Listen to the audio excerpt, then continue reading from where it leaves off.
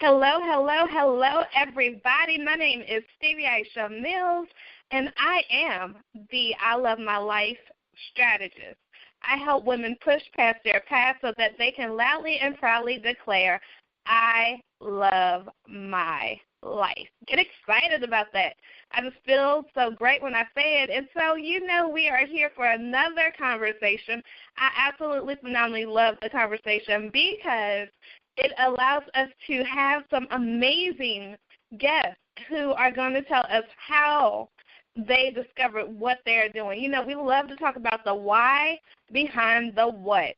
And so today is no different. I'm going to read you some of my guest bio, and then we're going to get into a conversation. I have a feeling it's going to be a juicy one today. And so it says the author MJ is the author of #Nostalgic Bliss. Yes, an installment of the Speechless Poetic Omnibus. You better go ahead on, girl, with that word. I like that. The Speechless series is a collection of poetry accumulated over 15 years. She continues to demonstrate persistence, determination, and personal drive to make her dreams happen. Yes, yes, yes. Future publications from this author include other books in this series, #Uneasy, #Nostalgic Bliss 2, as in the sequel, because we already got Nostalgic Bliss, and then #Turbulence. I love that. You better go. I see she rocks her it factor. She is happily married with children, a passionate cook, aspiring chef, so she could come up with the words, and she could cook. Y'all better listen to this bio.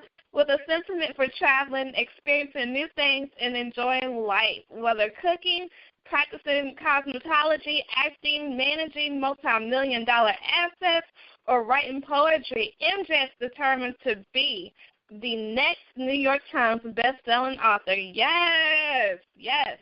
You can follow the latest updates with the Speechless series and interact with the author on Twitter and Instagram at the author MJ, and MJ is capitalized, you guys.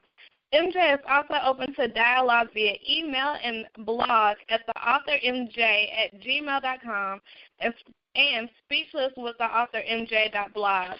All right, well, we're going to get into the conversation with the author MJ. Hey, how you doing today? I'm good. How are you? Absolutely phenomenal. Thank you for asking. And so, yes, we are very laid back here on the conversation. We are very laid back. So you might hear me say, sister, girlfriend, honey, I'm from the South, as you probably can hear my accent.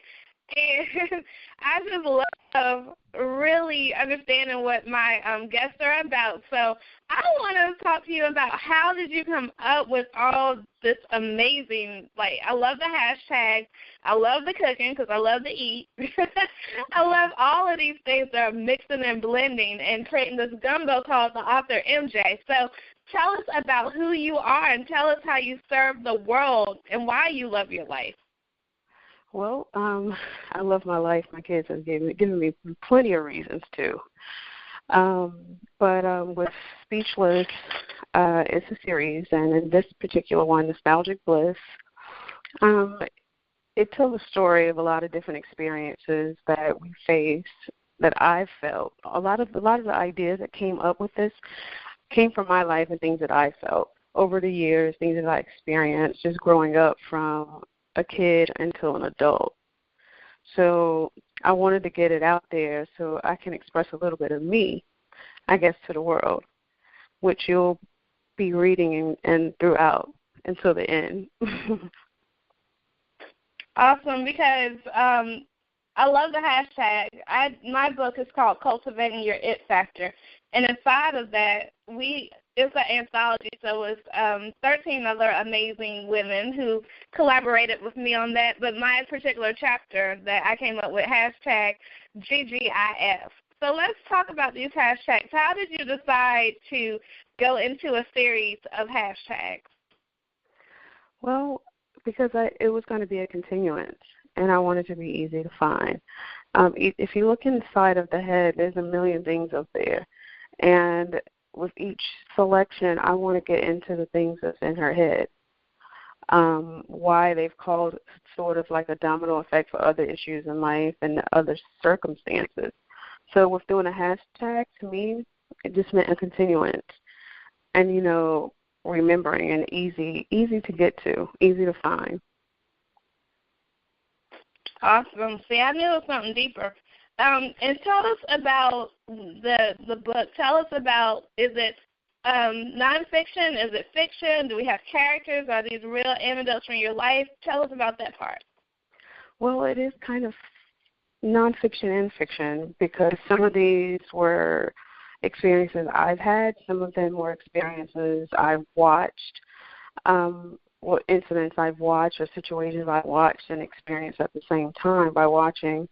And then some of them, watching TV, just ideas that come to my head. So I guess it's a little mixture of all. Awesome. And it's poetry, correct? Yes. Okay, great.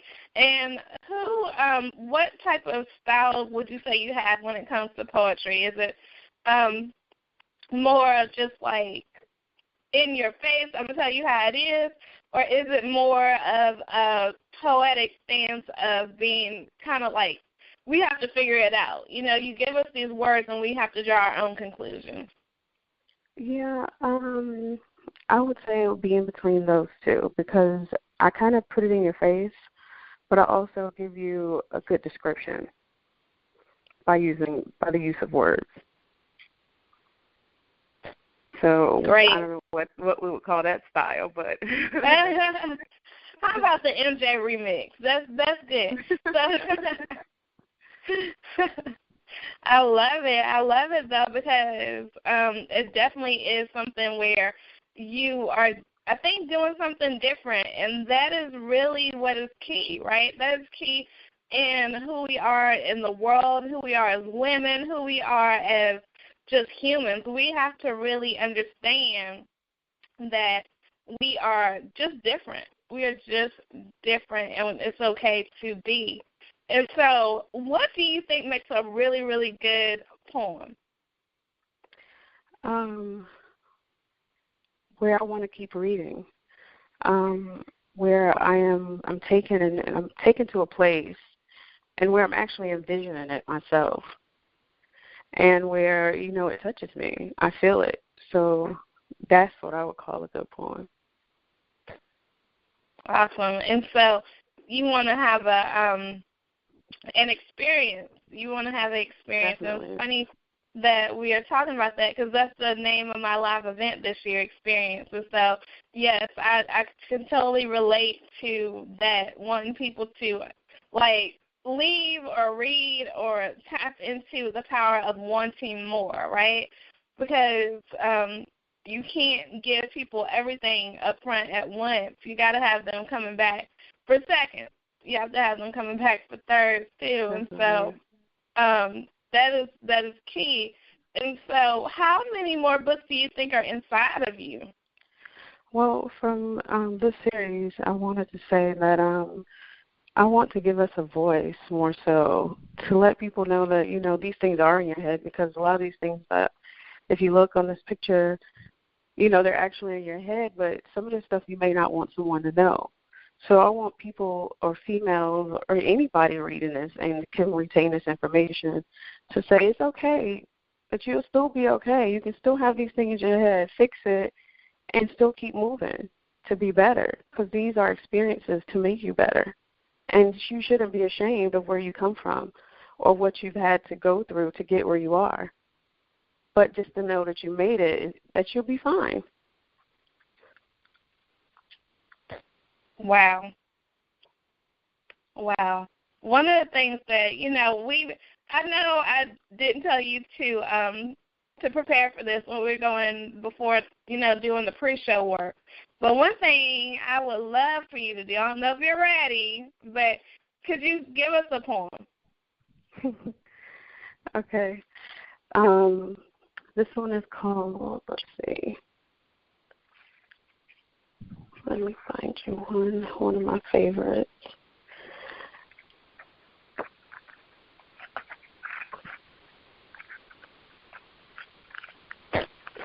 It's called Fool. I love it. Okay, you ready? Yes, Located on an island for two, Me passionately vibrant, him intellectually seductive, and fine. The fool I am for thinking I'm navigating through this restless terrain of erotic intimacy, stampeding upon your thoughts as you do mine. The room slowly getting tighter, a faint feeling after working through lunch, your scalp now gaining moisture. Then, like rain on a hot, steamy day, you hear that tone. Fighting the urge, buried in the depth of curiosity. Practicing extreme abstinence, I continue without answering that message on my phone. Wanting to hear his voice while reading his words, your heart skips a beat. Still standing your ground, leaning on the wall you put up, protecting your heart while your mind is so damn weak. Questioning his motives, attention so rare, needing clarification, confirmation, but still trying to keep it cool. How could I have traveled so far without checking the navigation? Now located in an unfamiliar place, feeling and looking like a fool. I think we just had to let everybody sink that in. You know, that was really good because I know we all can remember playing the fool, right? We can all remember when we wanted somebody or wanted to deal with somebody and just, like, we know this ain't right. I know that I have definitely played the fool, and I can admit that. And so I really appreciate that poem. What was the inspiration behind that? Well, I mean, we've all, like you said, we've all been a fool before. And, you know, even with the fool aside or, you know, feeling like you're being a fool, like if you're sitting around waiting for somebody to call and, you know, just that whole process is so uncomfortable when you're getting to know somebody.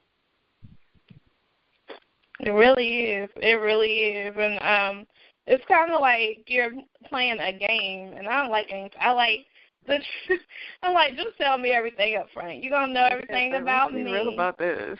Yes. I don't like that. Just let me. Am I supposed to call him? How many dates after? Is he supposed to call me? I don't. That is really feeling. Yeah. Am I thinking too much of this? Or yes. Yes. And you know how sometimes women are. We're like, we planning the wedding. We don't even know his last name, but we planning the wedding because he's fine. Like you said in the poem. Right? He got a good job. What? Yes. So I, on behalf of all women, snap that up. Yes. Definitely. So I appreciate you reading that. Even though, you know, I kind of put you on the spot, I appreciate you reading that for us.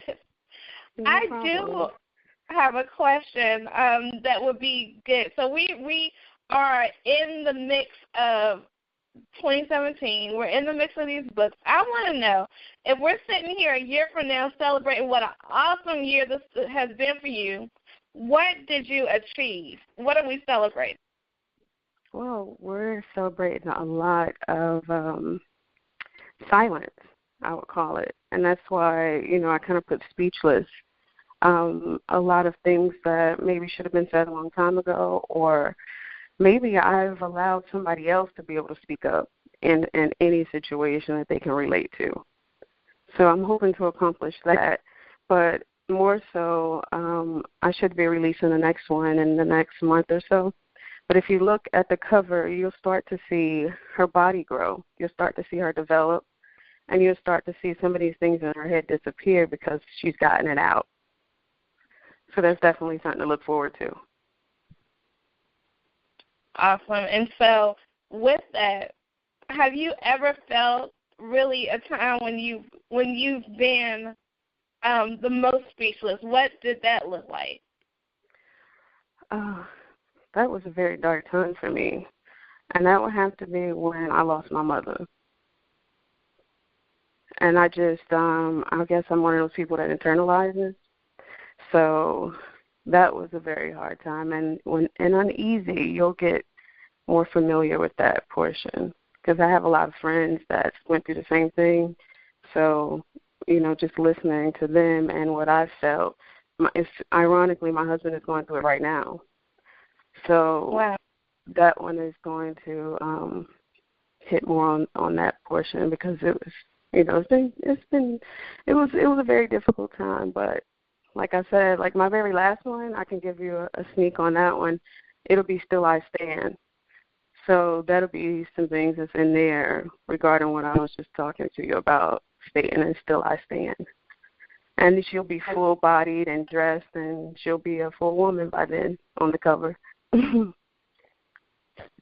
Wow, that's awesome. That is awesome. I'm sorry to hear about your mom. I can only imagine that hurt and heartache that people go through with that. And so I love the way that you're utilizing, your pain to create your platform, and that is a very healing, therapeutic way. Can you tell us about that? How has the process helped you heal even more once you're writing your poems? How did you just decide to pick up the pen and continue to write? Well, getting it on paper first helped, and then actually people viewing your information and being able to agree and knowing that you're not the only one. But it's not just pain. You'll read a lot about a whole lot, because I've had a healthy balance, but, you never forget the pain. I mean, you don't forget the good times either, but at the same time, you should get a healthy mix of both. And I think anybody can relate. Life, you go up and down, and look forward to up. Yeah, we do. Who are some of your favorite authors or poets? I have a lot. I like a wide range. I like Maya Angelou. I have most recently, and I really love his work. He's a new artist. His name is R.H. Sin. I love his work. He wrote Whiskey, Birds, and a Shovel. I love it. And then you have, I can't really pronounce her name, Apil Chisla, I think it is. Soft music and some more modern poetry, but I love them. I'm a fan. But I read a lot, so I like a wide variety. I like Sane. I like Sister Soldier. I read a lot of different stuff. Otherwise. Wow. And how did you really hone in on poetry versus anything else as far as your writing? Because people who can write, they can write any genre. So how was it that you said, I'm going to be a poet? I have no idea. I've been writing for years, a very long time, since I was a little girl. And it became like a hobby. And so when it started to build up, I'm like, well, maybe I should do something with this. But I've always just doodled and wrote sentences and made them rhyme, and it would be feelings and thoughts. Or like I'm sitting outside and I watched something. Like I wrote something about the train in New York. I was sitting on the train waiting for the next stop. But just, whatever inspires me. So it's kind of just been there for a very long time. And how big of a role would you say, besides professionally, because I know you use words professionally, but what other places have words helped you in your life? When communicating with the ones I love and my friends. Your words are strong. And so I've learned over the years, you really have to watch your words. You really have to make sure you use your words, because everybody doesn't know how you really feel. You have to tell them. You have to show them, of course. But so communication is important. And for me, it has made every one of my relationships better with proper communication. Wow. What is the top tip for proper communication? Like if you are talking to somebody and they're just not understanding you, they just don't feel your vibe, what is the best way to communicate with them? Well, you got to figure out what they do get. Is it sports? We laugh when you have a sports guy talking to his family in sports lingo. But, just figure out what it is they relate to and use the examples in that way so that they can understand. Sometimes it's making lists. I've made lists, dislikes, likes, needs, want. I mean, there's so many different avenues to come across to someone. I love that. We are fast approaching the last few minutes of our show. Can you believe it? Time flies. Time absolutely flies. I want to make sure that we uncover anything today. I know that sometimes, we might not get to that question, but I want to get to that question in a few moments, the one that you are like, Stevie, we can't leave today without uncovering this. What would that be?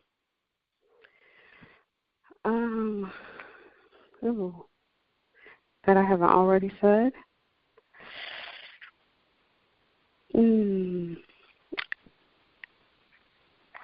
don't know. I think we pretty much covered everything. I just want to say that it was really hard for me to finally decide to do this. To reiterate, I had so much stuff just built up that's been sitting in files and in folders, but being able to and finally saying, yes, I'm doing this, I feel like every woman should try whatever it is that they've been putting off. Whatever it is that they enjoy doing it, I think they should just try it. And I think if we all try it, whether it's a woman or a man, kids, we will all be happier and we will all be more successful, because I let fear and a lot of other things stop me, and I just feel like where I am right now, nothing is going to stop me anymore from anything that I want to do. So if I didn't say anything else, that's what I wanted to say. And I think that's all that needs to be said. Like, that was profound in what you said, because a lot of times people have fear that will not allow them to be their greatest selves because they're just scared of the other side, right? And just imagine how the world would have been if you didn't have the works of your favorite writers that we talked about earlier today, or that the people who will have you as their favorite author and poet. That the world would have been given a disservice if that did not happen. So first off, I want to thank you very, very much for just being brave, right? Being brave. I want to honor you as a sister for just allowing yourself to say, I'm not going to just have these notebooks for me. They're great for me, and God downloaded them to me, but it's for every person who desires to read it, every person whose heart is put towards reading it, and that takes a lot, especially to do that, because you're in a vulnerable place to do that. You're in a place where any author is in a place where these words that were private to you and came out of some pain and some happiness and some just joy that was private to you and your family, and you put it for the world to see. And then I love your goal that you put it out here to the universe, that you will be, and that you're claiming that you shall be very, very soon, a New York bestseller. Like, that's major. So I want to applaud you for that. I think it's very phenomenal that you do that, and that you continue to do that, and you walk into that, and that you just really, really let these words be a platform to push you together towards the power of the people. And so I wanted to say that, but before we leave, I definitely want to make sure that we have your contact information and how people can get the book and get in touch with you. Absolutely. My website is thearthurmj.com. And then Facebook, Twitter, and Instagram is @thearthurmj. So the book can be purchased on Amazon as well as my website. I also have a book signing coming up at Ridgeview Public Library. This is in North Carolina, April the 8th. So I look forward to that as well. But any further events and information, all of that stuff can be found on my website. Awesome. So say the website one more time. thearthurmj.com. Perfect. And so thank you again, everybody. We've been listening to the author MJ. She is so dynamic. Were you trying to say something? I was saying thank you for having me. Oh, you're welcome. You are welcome.